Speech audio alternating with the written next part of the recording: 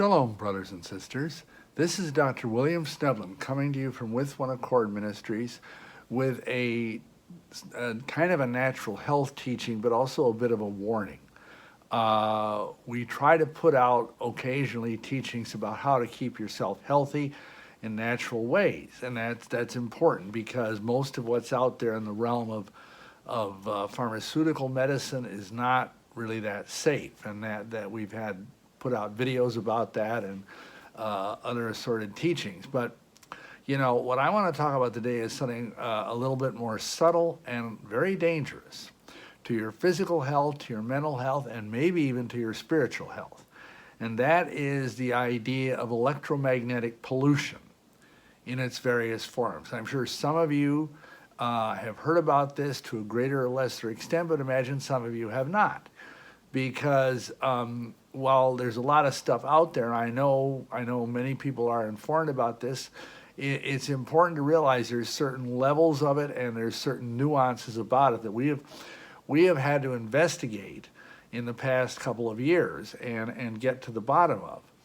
And we're going to talk about the problems, and Yah willing, we're going to talk about the solutions too, to the extent that we can do it. So the first thing, which a lot of people are aware of, but we're going to start with because it's one of the more pervasive, and that is the idea of electromagnetic radiation, EMF for short. And as I think many people realize, we've had literally an exponential growth of this kind of radiation in our environment, in our atmosphere, in the last generation. I mean, it used to be all we really had was radio. You know, that was it. And of course, unless you were out in the middle of either the ocean or in a battlefield, you might get a little radar or sonar, but that would be it.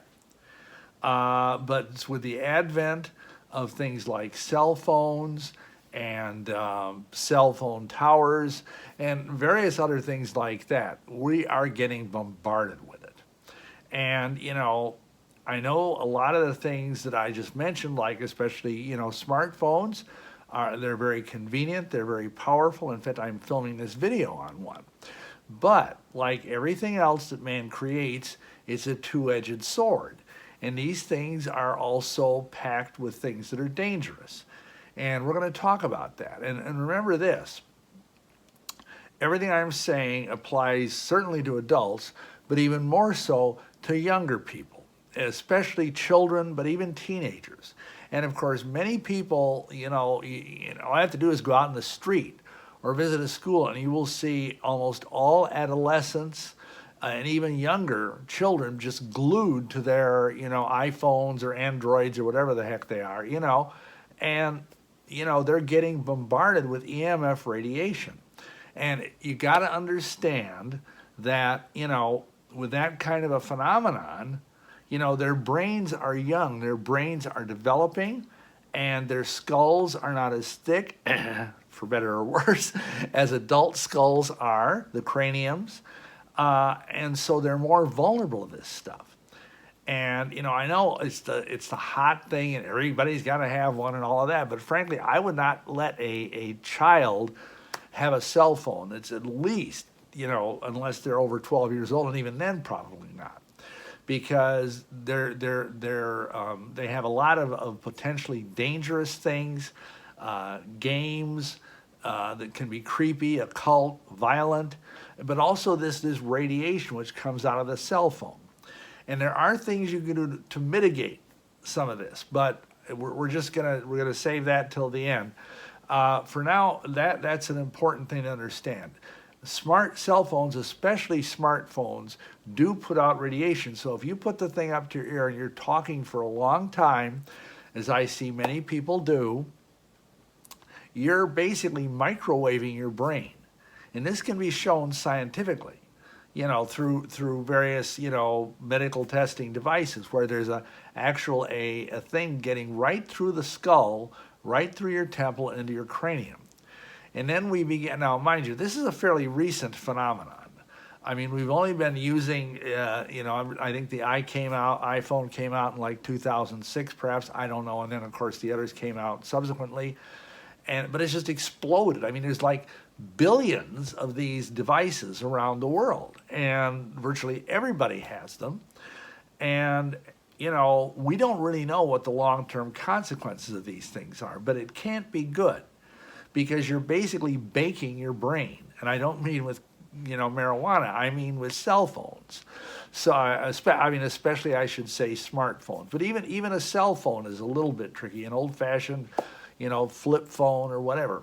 And, some people say, oh, this is just conspiracy stuff, but I'll tell you, you probably remember, those of you that have been around a while, when Nokia was the company that had some of the first cell phones. I believe it was a Scandinavian company, either Danish or Swedish, I forget.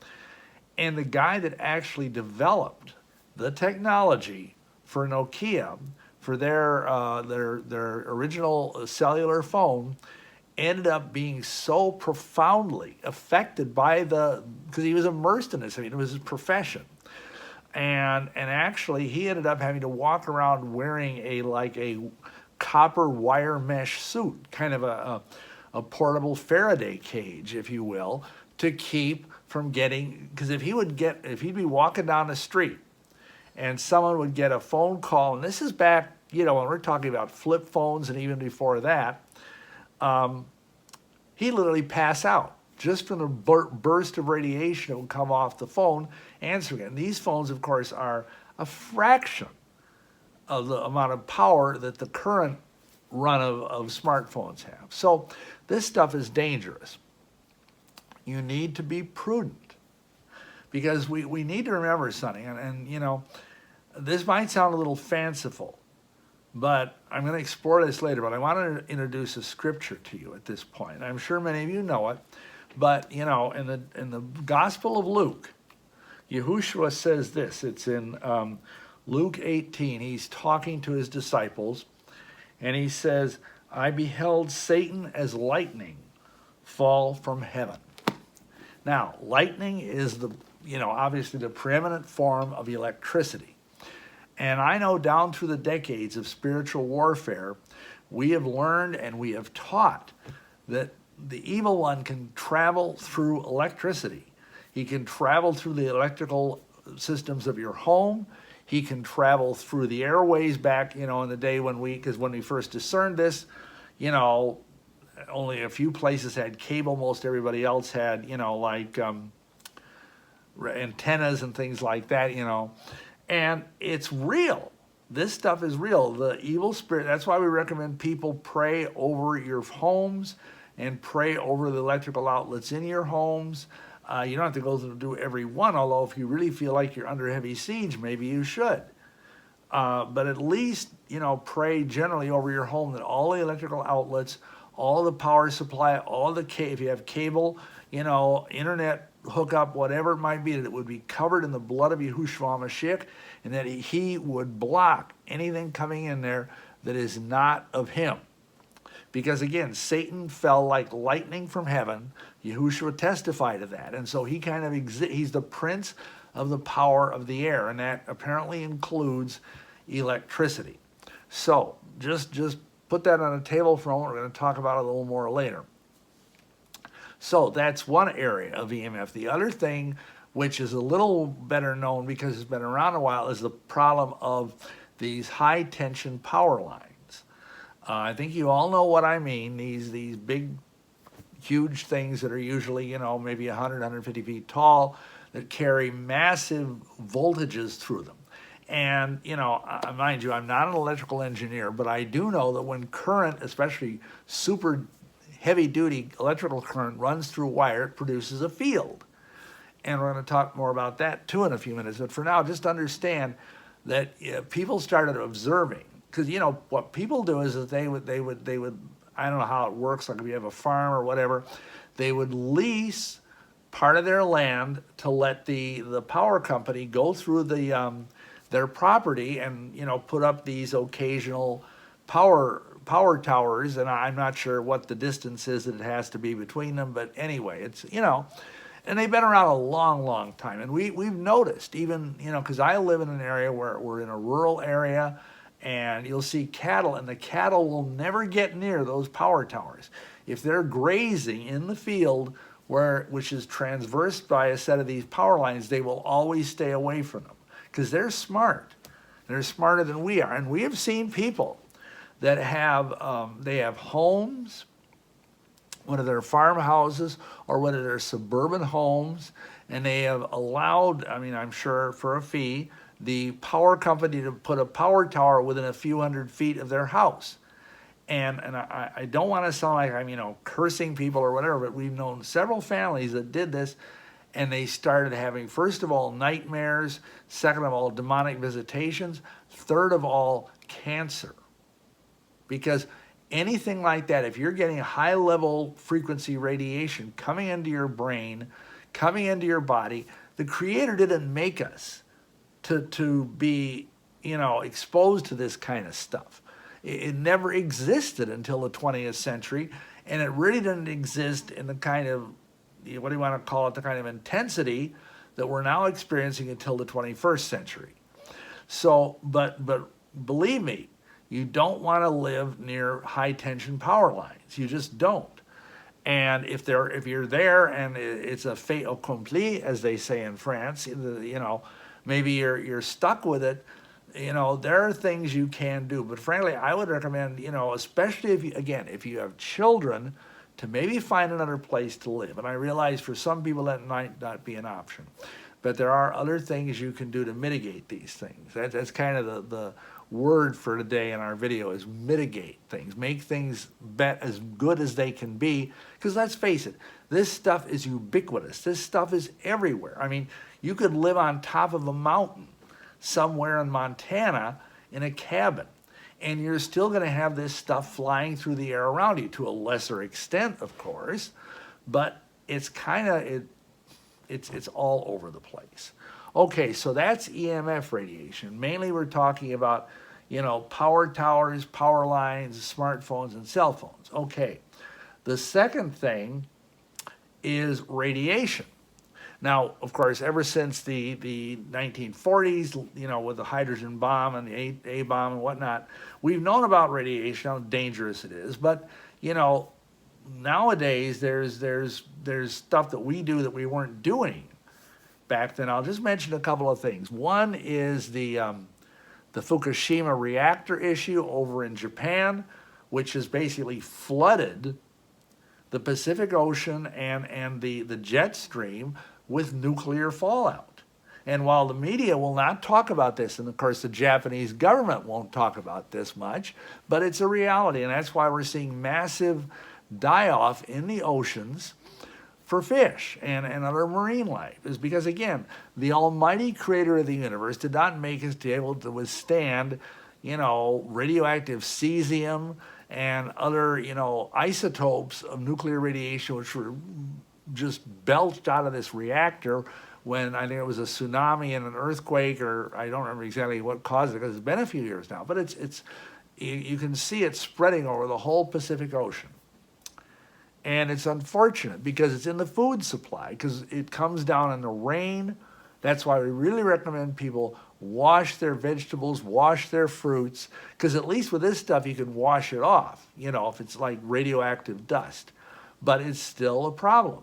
The other thing many people don't understand is if you use commercial air travel, in other words, jets, you're up there in the atmosphere, and I guess it might be like 25,000, 35,000 feet. I'm not sure. I've flown a lot because of my ministry and travel. I've been around the world basically, and I really am not crazy about doing it so much anymore because we're getting radiation. You see, the atmosphere, the stratosphere and the troposphere, as this radiation comes down from, the sun or whatever, it is buffered by the atmosphere. But when you're flying in a jet, you're way up there, and the air's pretty thin. That's why, and I'm sure if you've traveled by air, that's why they have these oxygen mask things in the planes, because if something happens, and the cabin decompresses, there's very little air up there. So you're going to get radiation on an airplane. And especially if you're like up there professionally, like, flight attendants or the flight crew that are up there for probably hours every day, you're getting a lot of radiation. Your body, again, and I'm talking gamma rays. I think, really, I don't remember the exact figure, but there are literally, you're getting more, radiation when you fly on a jet, say from LA to Chicago, than you would be from getting a bunch of x-rays. It's that significant. So, there are things, again, you can do. I have colleagues that are very concerned about this in the health field. They'll take a special kind of blanket that will mitigate this kind of thing with them onto the aircraft, and they'll, to the extent they can, they'll wrap themselves with it. Yeah, it looks a little weird, but when you consider how cancer is just getting more and more, whatever you want to call it, common. Hey, you don't want to give cancer any inroads into your body, and there's just so much you can do about this stuff with food. And again, we're going to get to that at the end, but the final thing I want to talk about is another thing which is probably the most recent phenomenon, and that's the idea of Wi-Fi.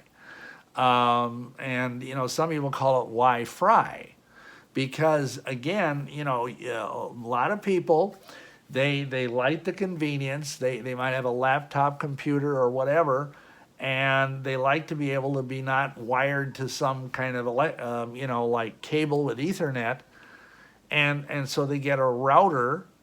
And most cable companies provide these things that broadcast the signal so you can pick it up on your tablet or your phone or your laptop. And, again, it's convenient, but that's still radiation going through your house. And it's not really a good thing. There's any kind of home network, if it's not hardwired, is going to put radiation out there into your home. And that can cause sleep disturbances. It can cause nervous problems. It can, if you're in some way sensitive, it can cause even things like vertigo or fainting or whatever the case might be. And you're bathing yourself in it. And of course, Wi-Fi, again, is almost everywhere. Most restaurants have it. Most, coffee shops and places like that have it. I mean, a lot of supermarkets have it, and you can't hardly get away from it. And so, again, you need to be careful of this. Now, the other thing that a lot of people don't think about in this context is the phenomenon, again, kind of modern, of baby monitors. You've got a newborn baby in your house, in the crib, everything seems to be cozy, and parents buy these little things, and they're little like transmitters, and they put the thing near the crib so that if the baby, cries or makes maybe something you normally wouldn't hear, they can run, and of course the base station will be in the parent's house, in the bedroom or whatever, and they'll run and take care of whatever is going on with their child. But the problem is, here's an infant whose brain is really just barely getting started in life, with a very vulnerable skull, with a very thin skull where the cranial sutures aren't even coming together yet, and you've got this thing a few feet from the baby's head, and you're basically microwaving your baby's brain. And then, and again, I don't want to freak people out here. If your parents and you've been doing this, just stop doing it. It's not rocket science. And again, I know it's convenience. I know it's marketed as a safety thing, but it's really not. And I'm not saying the manufacturers of these baby monitors know this. Maybe they do, maybe they don't. But you've got to look at the growing incidence of cancer among children.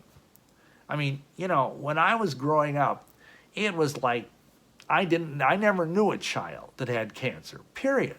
Even as a teenager and as a young adult, you almost never heard of children having cancer. Now, they have to have special pediatric oncology wards. And I'm not saying that this kind of thing is the only reason. There's other things like diet and, genetics and whatnot.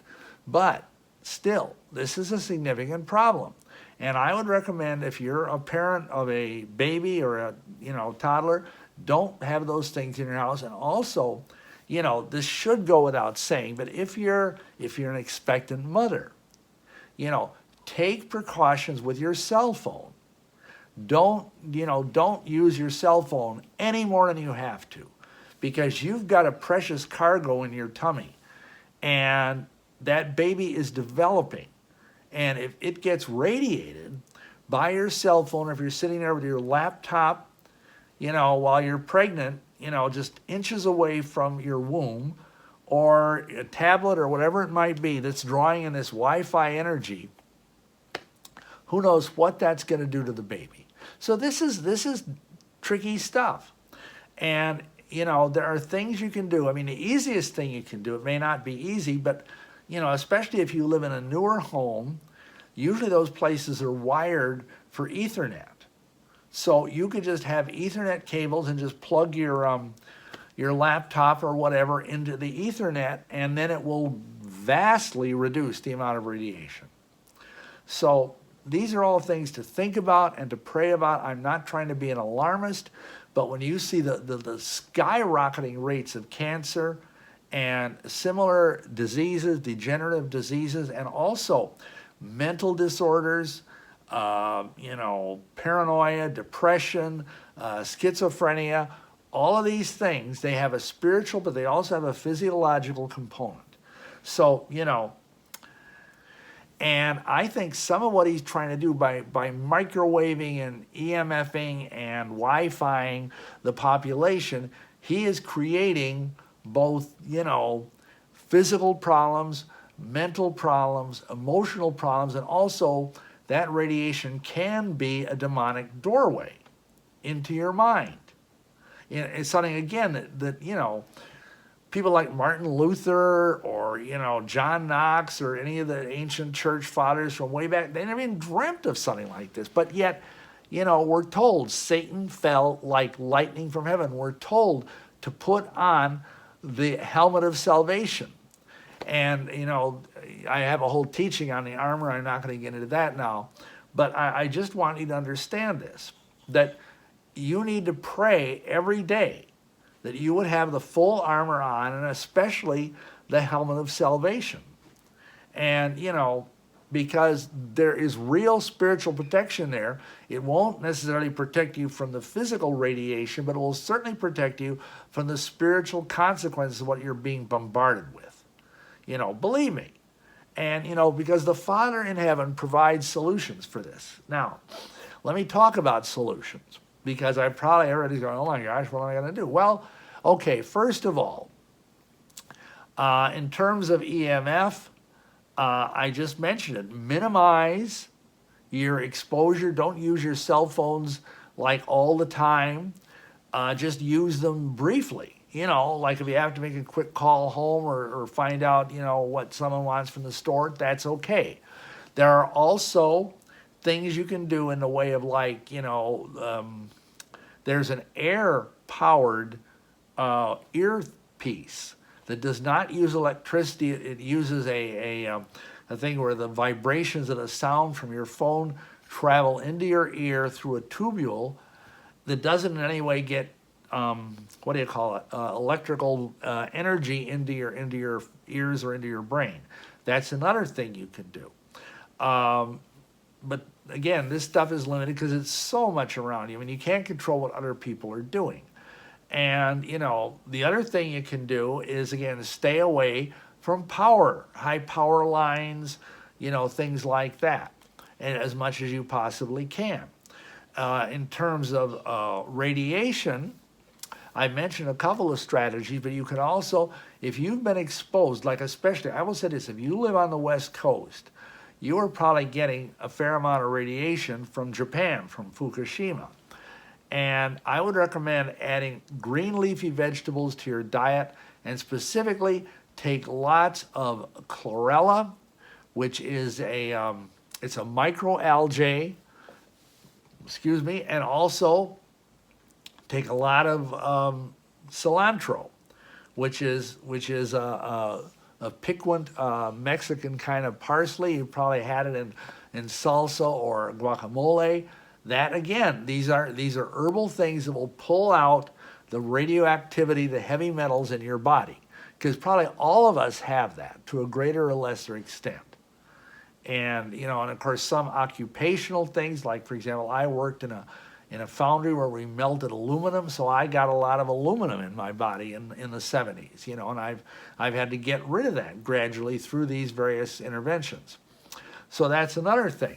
And again, with the Wi-Fi, try and reduce it. Especially, I would suggest turn it off at night, because hopefully you're not doing something with the Wi-Fi in the middle of the night.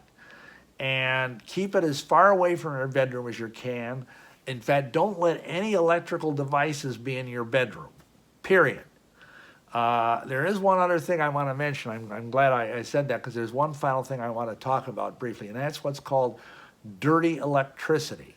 And this you may not have heard of, but basically the idea is that all of us have wiring in our homes, unless of course we're living in a log cabin up in the mountains somewhere. We have power lines going through our houses, and when you think about it, if most people, their bed is up against a wall, just because that's how bedrooms are usually designed, and that wall has probably electrical lines running through it. And realize that when you have any kind of electricity going through something, it's creating an electromagnetic field around that cord, around that power wire, and it pulses. And especially in older homes, those pulses can become powerful and erratic. And if you're sleeping with your head facing the wall, and especially if you have like an alarm clock, an electrical alarm clock, a lot of people like those digital alarm clocks now, or other things, a radio, or even like a lot of people will plug their cell phones in and charge their cell phones by their nightstand. Don't do that, number one. Keep everything possibly electrical out of your bedroom. We're going to probably do another thing on sleep and everything, but that's a different topic. But I just want to mention this. And there are things you can buy, and we're going to put links at the end of this video. So hang in there, folks, where you can get some of these things. And I want to say up front, we do not have any monetary connection with any of the groups or any of the companies we are recommending. We've used these products. They seem to really work. And there are things you can just plug in the wall that will mitigate, like by 75%, the amount of this dirty electricity that's coming into a room. This is especially critical for your bedroom. And I know we did this, and we had you can buy a meter from this company that will actually measure how much of this dirty electricity there is, and in a given room, and it went from 500. I think the unit was millivolts, but don't hold me to that. And then I plugged this thing into the wall that's supposed to mitigate this dirty electricity, and it dropped literally in about a minute from over 500 down to the middle 50s. So 55 or 54, and it fluctuates a little, and that's okay. But you want to keep this electrical fields in your bedroom, especially below 60, and you'll sleep better. And you'll be less prone to having these anomalies in your brain, whether they're nervous problems or even, Yah forbid, tumors and things like that. Because again, our ancestors never had this kind of stuff, period. So the other thing, and again, if you can afford it, because obviously everybody has a budget, we'd also recommend if you have a room like a home office where there's you got computers and printers and, stuff like that, you might want to put a couple of these same devices in there. And again, we're going to have the link down below. Now, in terms of the EMF stuff, first of all, there are things you can put, most people have a case for their cell phone. There are things you can slip inside the case that are literally as thin as a sheet of cardboard that will usually fit inside the phone case that will reduce the amount of EMF you're getting. There are other things you can do. There's actually things you can put under your laptop because let's face it, you're sitting there in your easy chair, your sofa, working, or maybe even just looking at Facebook or whatever, and the thing is sitting right on your reproductive organs, and it's radiating right down in there. And we wonder why we have the problems of children being born with either birth defects or getting cancer before they're even 5 years old. Makes you think. So there are things you can do, you can buy to put the computer on to prevent that, to mitigate that. And there are companies that make fabrics you can put over your windows. Like if you live, Yah forbid, near a cell phone, a cell tower too. Cell towers are very nasty.